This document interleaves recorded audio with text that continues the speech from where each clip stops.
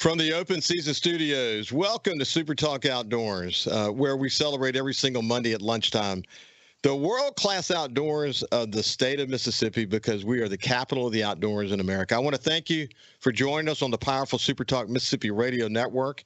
You can also listen to SuperTalk Outdoors at supertalk.fm, Amazon Alexa, the SuperTalk Mississippi app, or on SuperTalk TV at C-Spire TV. But some of you are watching the show on YouTube or Facebook or listening on your favorite podcast.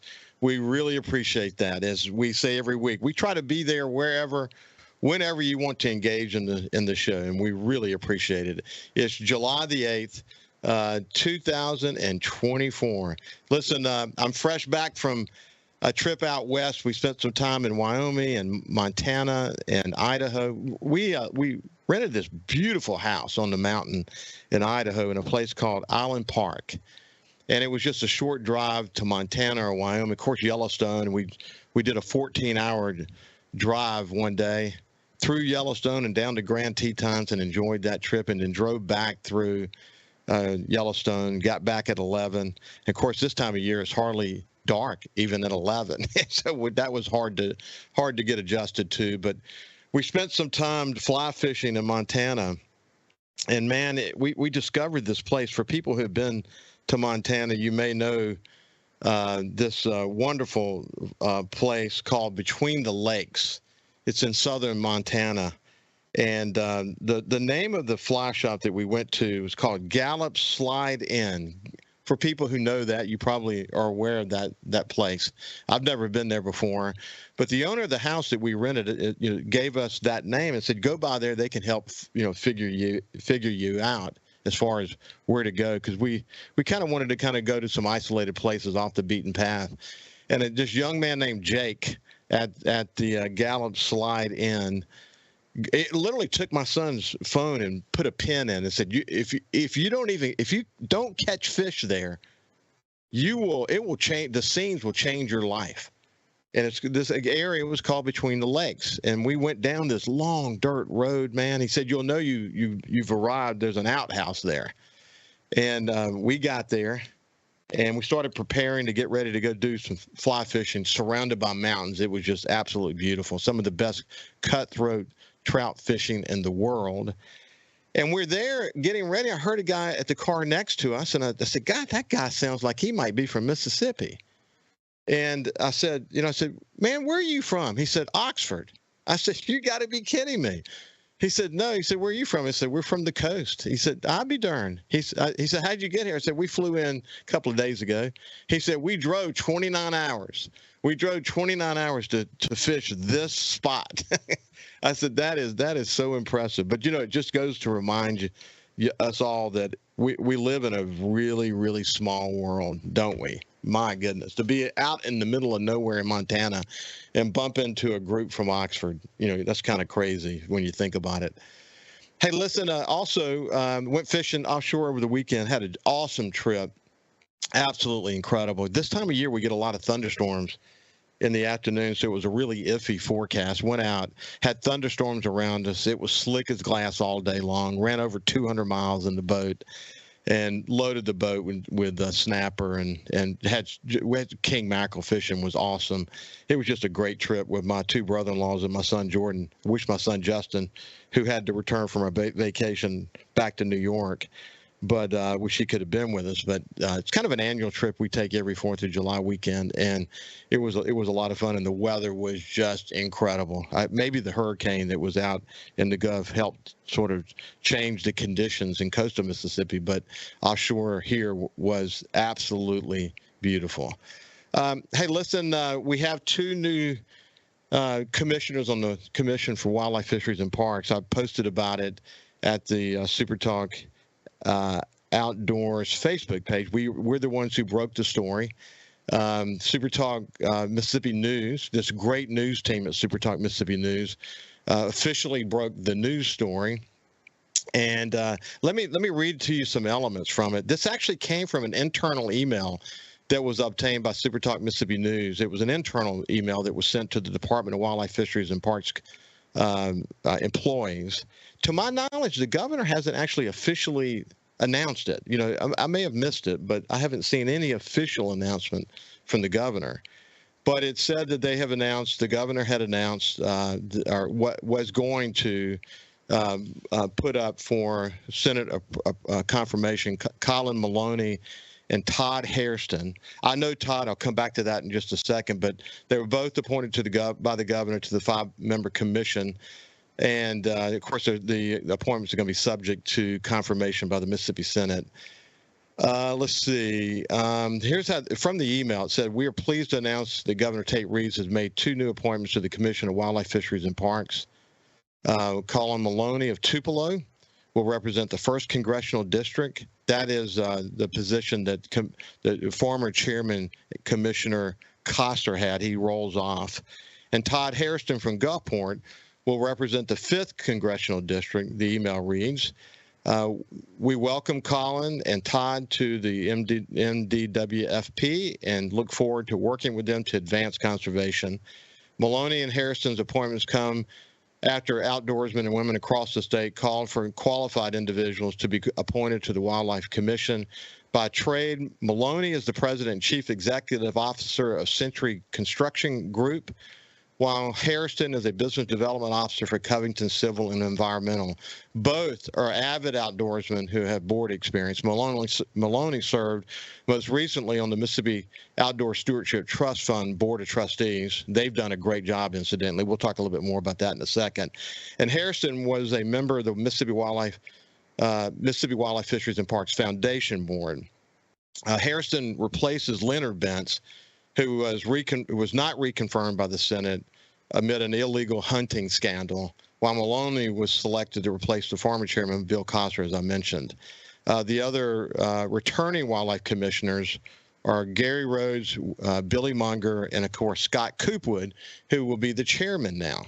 By the way, I've had terrific conversations with Scott Coopwood. I think he's going to be a really good chairman. We have spent a lot of time getting to know each other. He's really aligned a lot. We talk a lot about Billy Munger, but I would say that these days Scott Coopwood is very aligned with Billy Munger. They'll make a great team. And my sense is that Gary Rhodes is coming along as a commissioner. I think they'll make a good team. And I've had a lot of conversations with Todd. And the reason that I've talked to Todd, I've had many.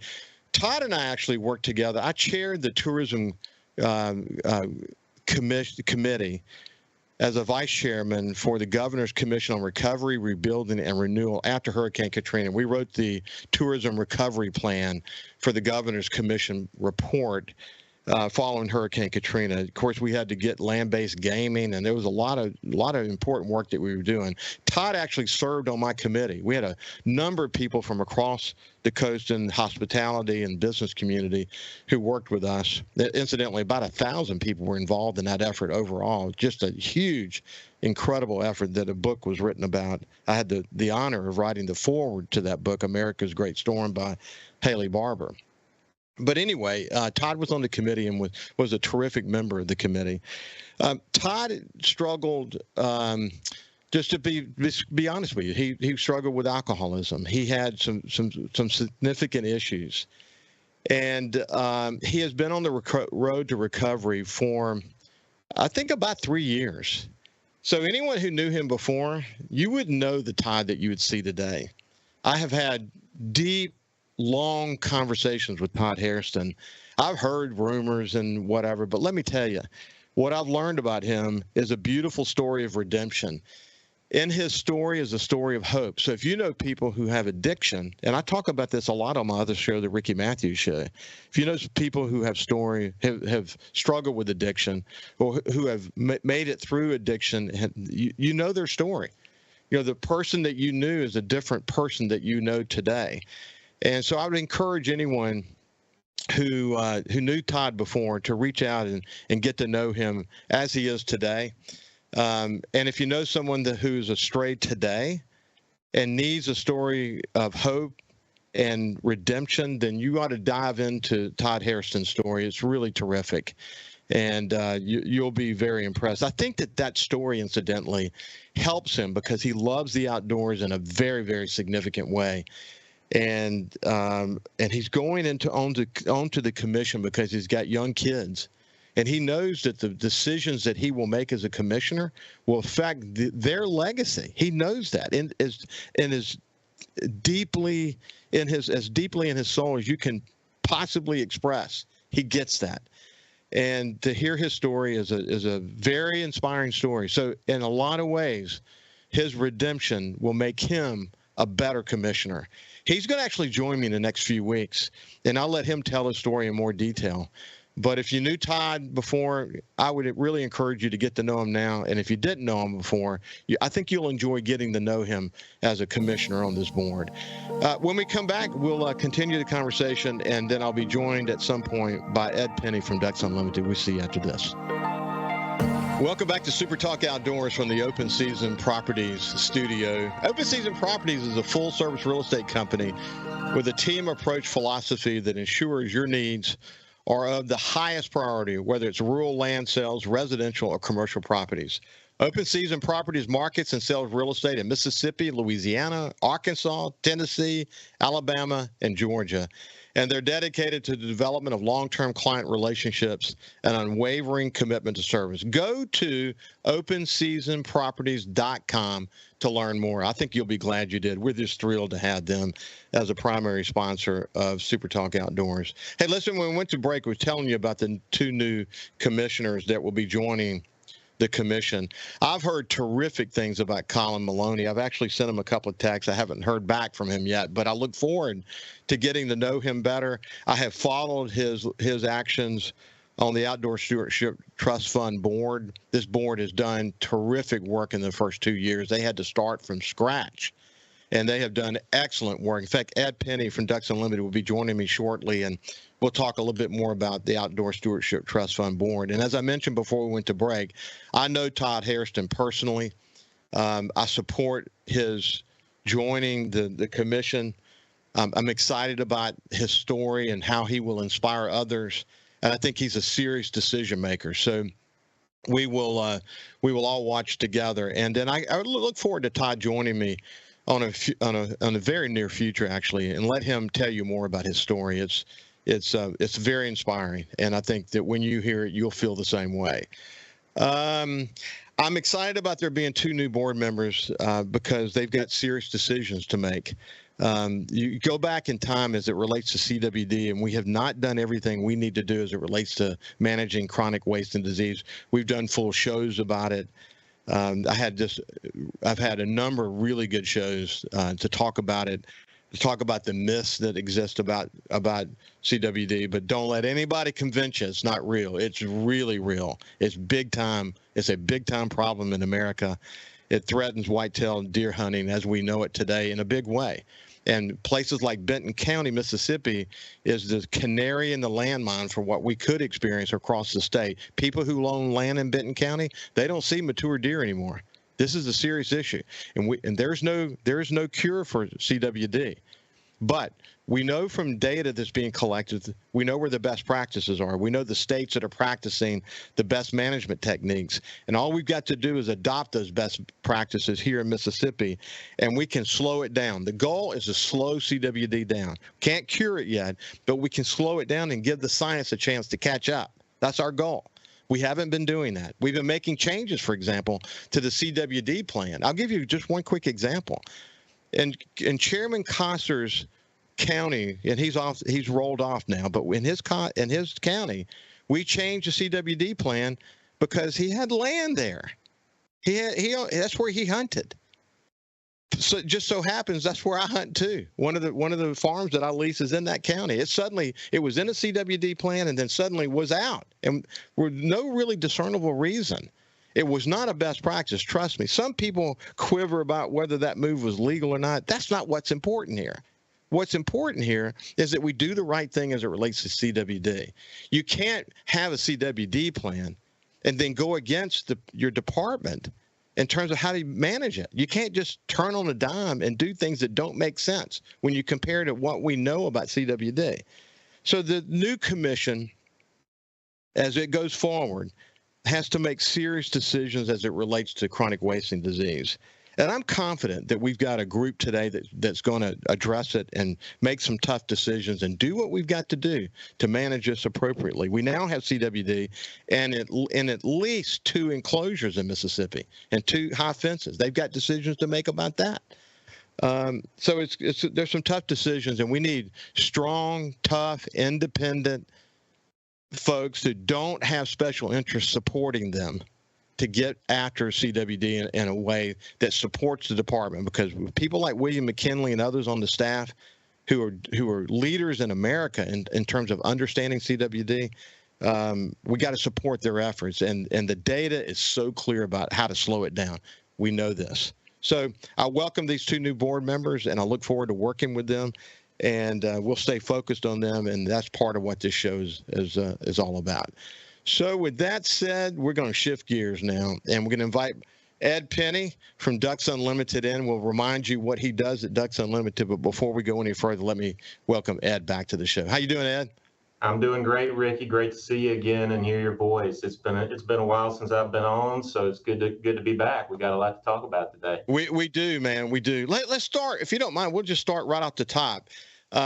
We'll cover the Mississippi Outdoor Stewardship Trust Fund and lots of other things that DU is involved in. But before we get into that, let's remind people, the multi-state responsibilities you have. In fact, talk about what's going on in Ridgeland, how many employees are there, the kind of investments that are being made. You guys are a nonprofit, but you're making a big economic impact as well. Yeah, Ricky, I'm proud to be part of the team in the Southern Regional Office. I do public policy for DU in all the 13 southern states, and that covers New Mexico to Virginia. So it's quite a bit of territory to cover and quite a few issues to ride herd over. But I'm part of a team there. Jerry Holden is our regional director of operations. He's been here quite a while. We've got conservation staff. Those staff are biologists, they're engineers. We have accounting folks. We have project manager type people, all based in our office here in Ridgeland, off Highland Colony. It's the nerve center for our region. We have field offices around the South, but this is where our base of operations is. We're one of 4 regions around the country for Ducks Unlimited, and we're proud to be in Mississippi. A lot of our folks are Mississippians that you see at soccer games, baseball games, church events, and so forth. So we're part of the community. We've been here for quite a while. In fact, there's a picture in our office of Ray Mabus dedicating our office years and years ago. So we've been here quite a while. We got a strong track record. We do a ton of business here, and we can talk a little bit about that. But we just completed, I think, over $76 million in business, not just in Mississippi, but across the 13 states. So wow. We're a pretty big entity here in the Ridgeland area, and we're proud to be here. You also love the outdoors. Of course, you wouldn't be in the business you're in if you didn't love the outdoors. But you like to hunt, and your family land in Claiborne County, and that's a big part of who you are, isn't it? Yeah, we hunt and fish around Port Gibson. I'm delighted to have some property there. We duck hunt in different places, Mississippi, Arkansas. We spend a ton of time on the water. In fact, we just got back from a vacation. I sent you a picture of a big red snapper. And of course, you and a couple others had a better fish, I think, than me. But we had a great snapper trip, me and the boys and my father-in-law. We've kind of made it a tradition every year to do a fishing trip. And, that's just part of our heritage, part of our legacy that we need to pass on to our kids and grandkids. So I'm just like a lot of other folks in the state. Yeah, I tell you, man, just speaking of the snapper fishing, yeah, that was a beautiful fish that you caught, incidentally. But, it's when I'm out, we go offshore the first day, run about 200 miles and just have a great day on the water.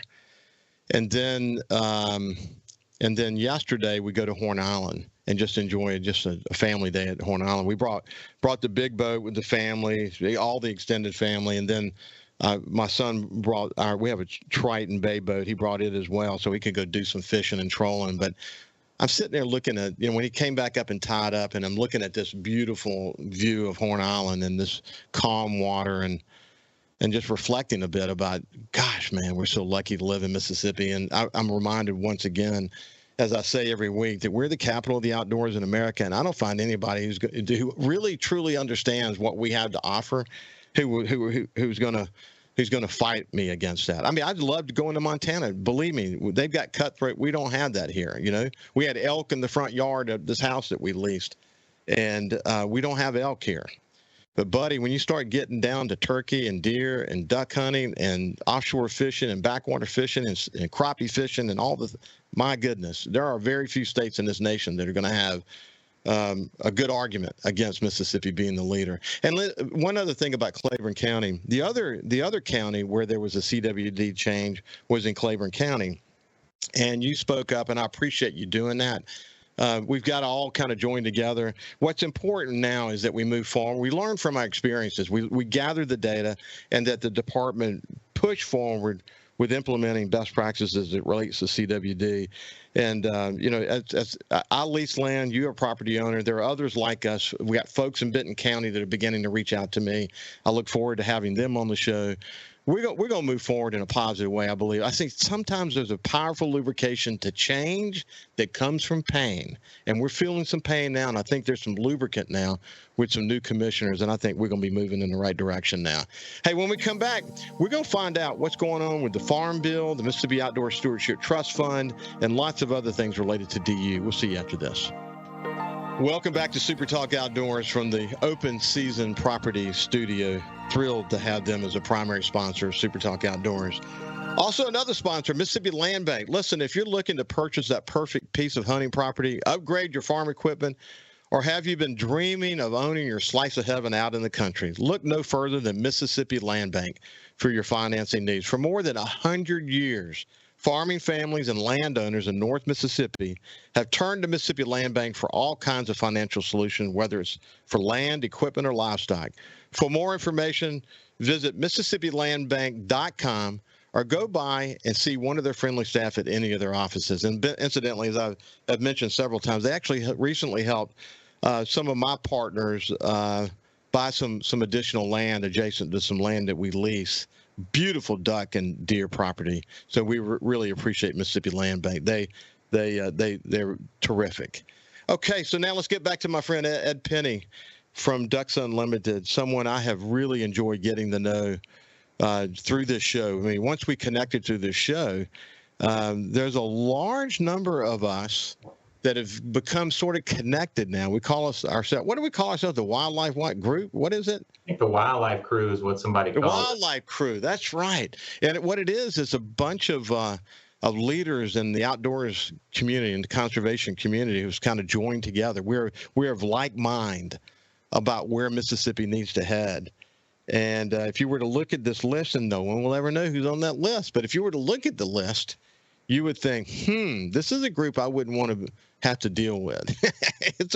It's a strong, but you know what I love about it, Ed, is that this group that we are engaged with, they have no other goals than to protect Mississippi's wildlife legacy. And I love that. I love what's happening. It's been great getting to know you through that and getting to know the others. I appreciate you guys sort of welcoming me into your group. It's been terrific to be a part of that. I've learned a lot from you guys.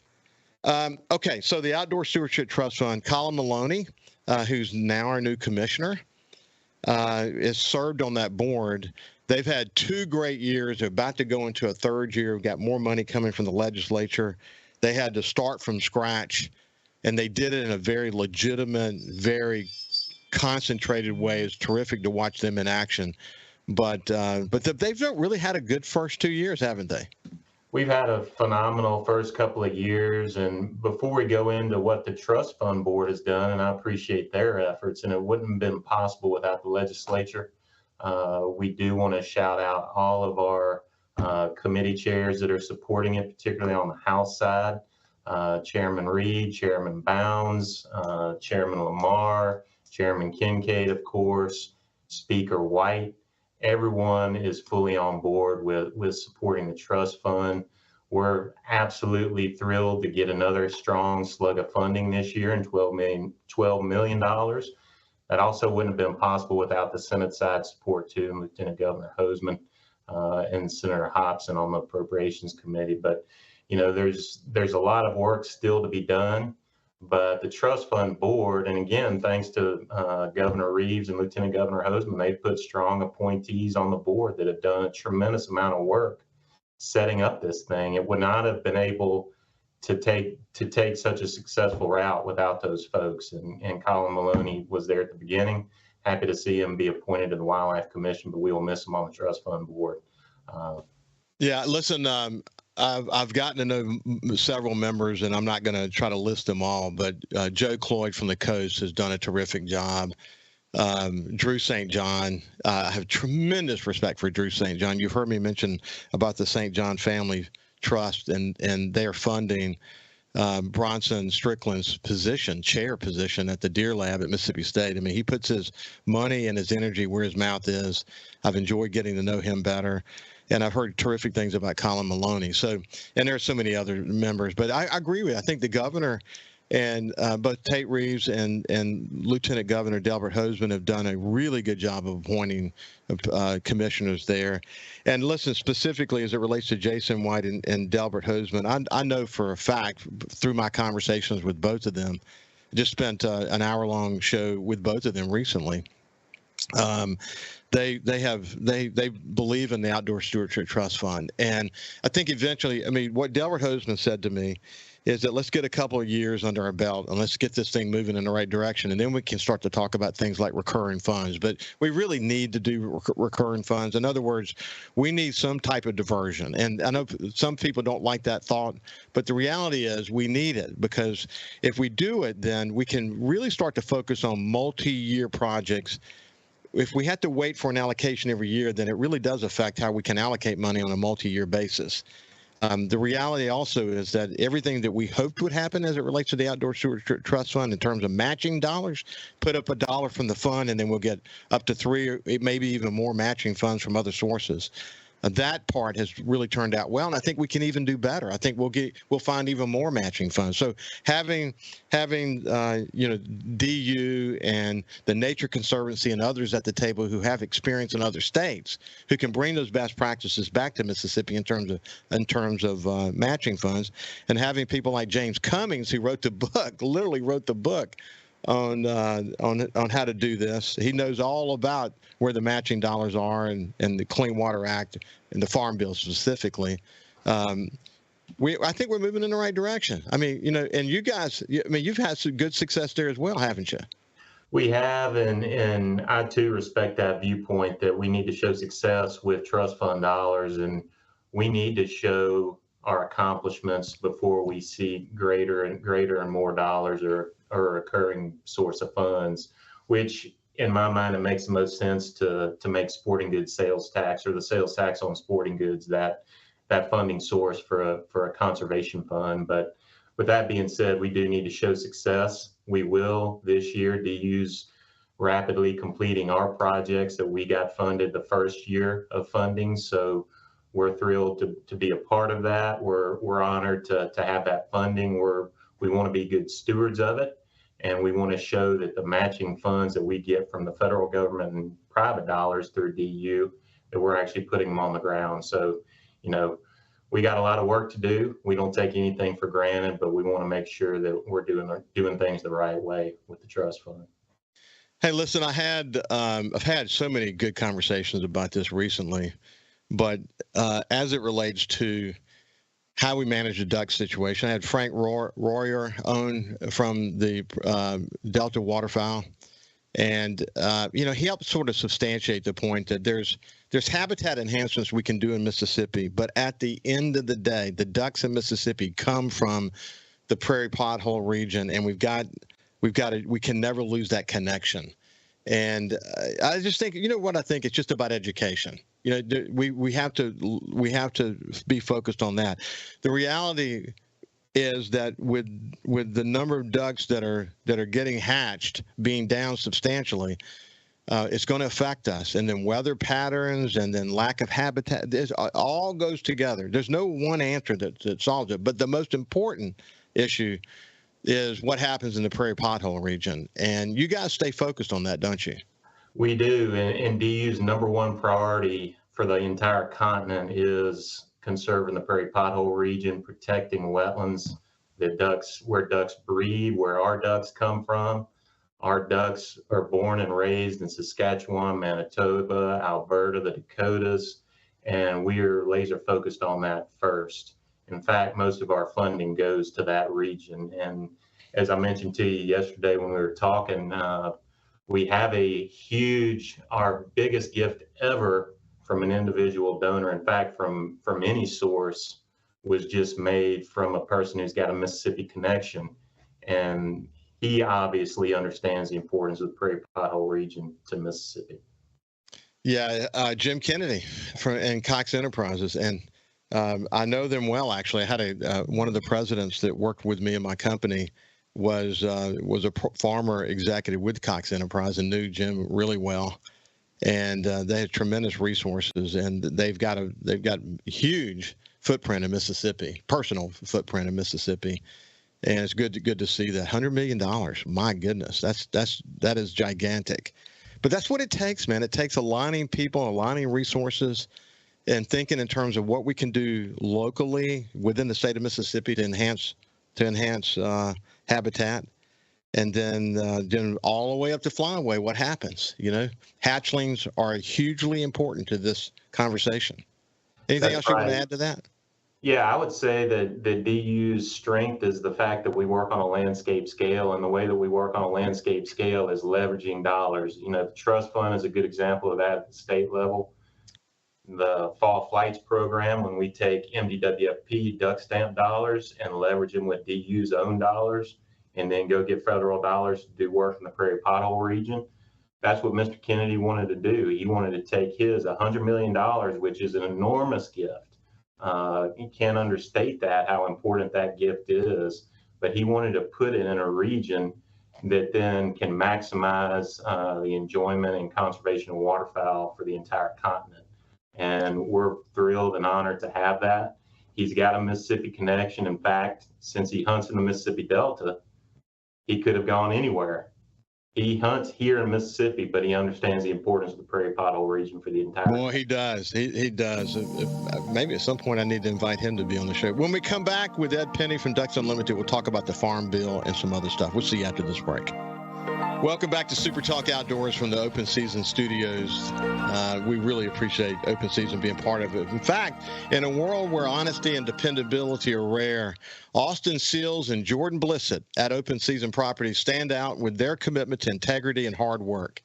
With a background in agriculture, science, marketing, and hunting land development, the team offers a real service that you can rely on when buying or selling real estate. Whether it's your family property or your your first piece of ground, they understand the significance of every transaction, specializing in recreational land, poultry farms, investment properties, farm and timberlands, and more. They are here to meet all your real estate needs. Give Austin Seals and Jordan Blissett at Open Season Properties a call today and experience the difference. I think you'll be glad you did. Okay, back to Ed Penny from Ducks Unlimited. Man, the Farm Bill, we can't overstate how important that darn Farm Bill is to us, can we? No, the Farm Bill is absolutely important to Mississippi farmers, Mississippi landowners, our communities around the state, and not just in Mississippi, but around the country. But we've got to get a Farm Bill done. We got a bill out of House Ag Committee about a month ago, so it was right before Memorial Day. We were thrilled to see that happen. But we're a long way from getting a floor vote, and I'm headed to D.C. in a week or two to make sure everybody in the South understands how urgent it is to pass a Farm Bill. The conservation title in the Farm Bill is absolutely important, but there's so many others, and we can talk more about that at some point. But it is absolutely important that we get something done this year. I would think that the lobby currently around the Farm Bill from a bunch of different constituents, not just the conservation community, but the farming community, et cetera, is enormous. Is that the case? It is, since the Farm Bill covers everything from, commodity payments and crop insurance to things like land grant universities at Alcorn State and Mississippi State, covers nutrition, it covers conservation. Tons of constituents are interested in getting this done. And it's always bipartisan, and we got to make sure that it is bipartisan. but it's absolutely monumental. It's passed every 5 years, so there's tons of effort happening right now, and DU's just part of it. And we work with lots of folks, lots of commodity groups, lots of partners to make sure it gets done.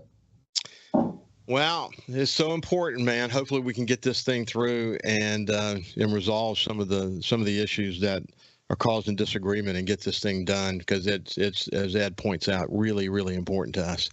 Listen, when I look at DU these days, it's amazing. You guys continue to hit milestones, don't you? We do, and it would not happen without our volunteers, without our members, without our supporters and their hard work and generosity. In fact, we hit a record of conserving 1 million acres this year, just in 1 year. That makes about 18 million acres since our founding. So you can kind of understand how exponential our accomplishments have been. But 1 million acres in conservation does not just happen. We're a partner with state agencies, federal agencies, private landowners, lots of different folks, cities, towns along the Mississippi River to do conservation work for wetlands around this country. And Mississippi is our home.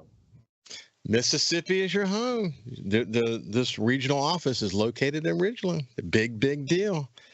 Hey, listen, speaking of important state agencies that you are partners with, I mean, again, the relationship between the Department of Wildlife, Fisheries, and Parks and DU goes back a long way and is critical as well, isn't it?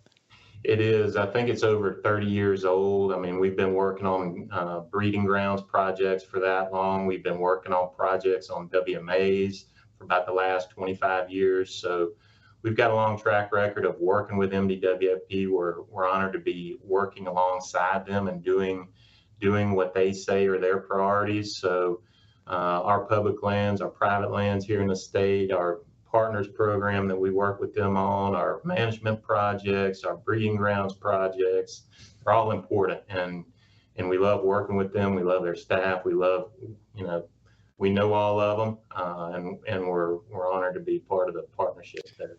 Yeah, well, speaking of the staff, Houston Havens is somebody I've really enjoyed getting to know. He's been on the show countless times. But, you think about Houston and Adam Butler and William McKinley and a long list of others. They are, we're lucky. We've got a lot of dedicated. I had Pierce Young from the private land division of the department on within the last couple of weeks. And man, I was so impressed with Pierce. I had already, when the request was made for him to be on the show, I went in and started studying some of the posts that he'd make on social media about what he does. And I knew before he was going to be on the show that he was extremely articulate and very passionate about what he was doing. And he did a great job on the show. So I continue to meet people in the department that are so dedicated, literally dedicated their lives to Mississippi. We're really lucky, aren't we? We're absolutely lucky. And many of them are products of Mississippi State along with myself. So, things like investing in research and science and education are absolutely important to building the next generation of professionals in wildlife. Listen, Ed, it's been a pleasure, man. I wish we had 2 more segments just to keep talking. But listen, y'all continue to do great work. We appreciate you. You're a great partner. And I appreciate you guys welcoming me into your community. And I'll continue to focus on being a voice for outdoors in Mississippi.